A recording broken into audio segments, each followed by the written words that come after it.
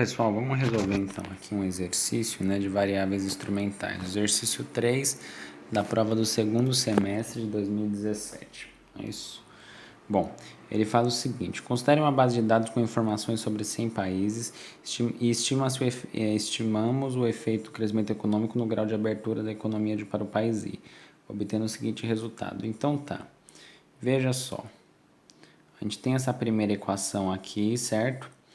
Bom, e a gente tem essa segunda equação. O fato da equação, que antes era uma variável explicativa, passar a ser uma variável dependente, significa uma coisa. A gente fez o primeiro estágio aqui, certo? Das variáveis instrumentais. Ok? Muito bem. O que a gente fez aqui? A gente pegou o y, que a gente suspeitava ser como variável endógena, perdão, e estimamos ela em função da variável exógena, da minha equação principal e do meu instrumento, que é z.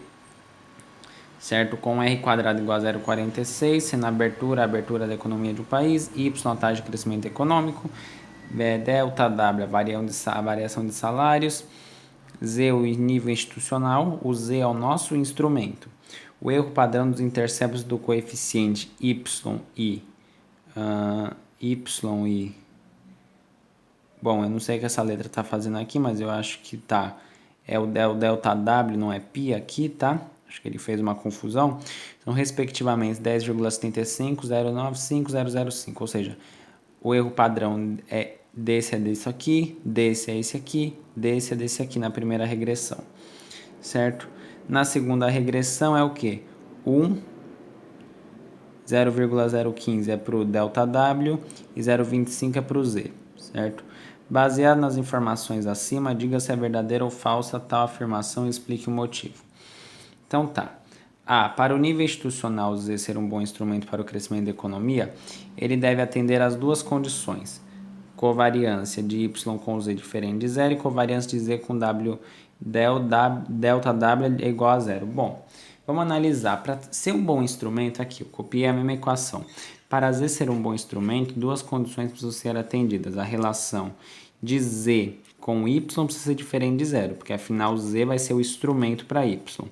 Só que para Z não ter o mesmo problema que Y tinha com o termo de erro, a covariância de Z com o termo de erro precisa ser igual a zero, não é? Não tem essa relação aqui, entendeu? Ou seja, isso é falso, essa primeira afirmativa, né? B. Com base nos resultados acima, Z tem relação significativa com o crescimento da economia e por isso pode ser considerado um instrumento. Bom, então tá. Vamos ver se de fato Z possui uma relação com o crescimento da economia. Né? Olhando aqui a equação, como eu falei, né? Aqui, equação estimada e por baixo os seus respectivos erros padrões. Então a gente quer ver se Z é significativo ou não em relação a Y, certo? Eu estou chamando o estimador que acompanha Z, que é 0,3, de beta 2, porque eu vou fazer um teste de hipótese, entendeu? Beta 2 foi igual a zero, então Z, o nível institucional, não é válido para o nível de crescimento econômico. Agora, se beta 2 for diferente de zero, então nível institucional é válido para a taxa de crescimento econômico, certo? Então, o que a gente vai fazer? A gente vai fazer o cálculo da estatística, certo? Da minha estatística de teste, 0,3 menos 0, dividido pelo meu erro padrão, que é 0,25, certo? O cálculo disso aqui deu quanto? Deu 1,20, entendeu? O professor deve ter recitado essa regra para vocês. A gente pega a estatística de teste e compara. É maior ou é menor do que 2 em módulo? É menor do que 2 em módulo, então eu não rejeito a hipótese nula. Se eu não rejeito a hipótese nula, significa o quê? Que o beta 2, que é o coeficiente de Z do nível institucional, é igual a zero. Então, Z não é um bom instrumento, ok? Bom, vamos para C aqui. A regressão y igual a 1 mais 0,5z é a forma reduzida para obter um estimador coeficiente, um estimador consistente para os coeficientes da equação de interesse. Bom, essa é falsa. Primeiro, porque a forma correta de se estimar a forma reduzida não é só colocar com os instrumentos. Veja, se eu tenho uma variável exógena, como é o caso do ΔW, então ela tem que também estar na forma, tem que estar no primeiro estágio, entendeu? Tem que estar no primeiro estágio. Então isso aqui está errado, tá? A letra D eu vou fazer na segunda parte do vídeo.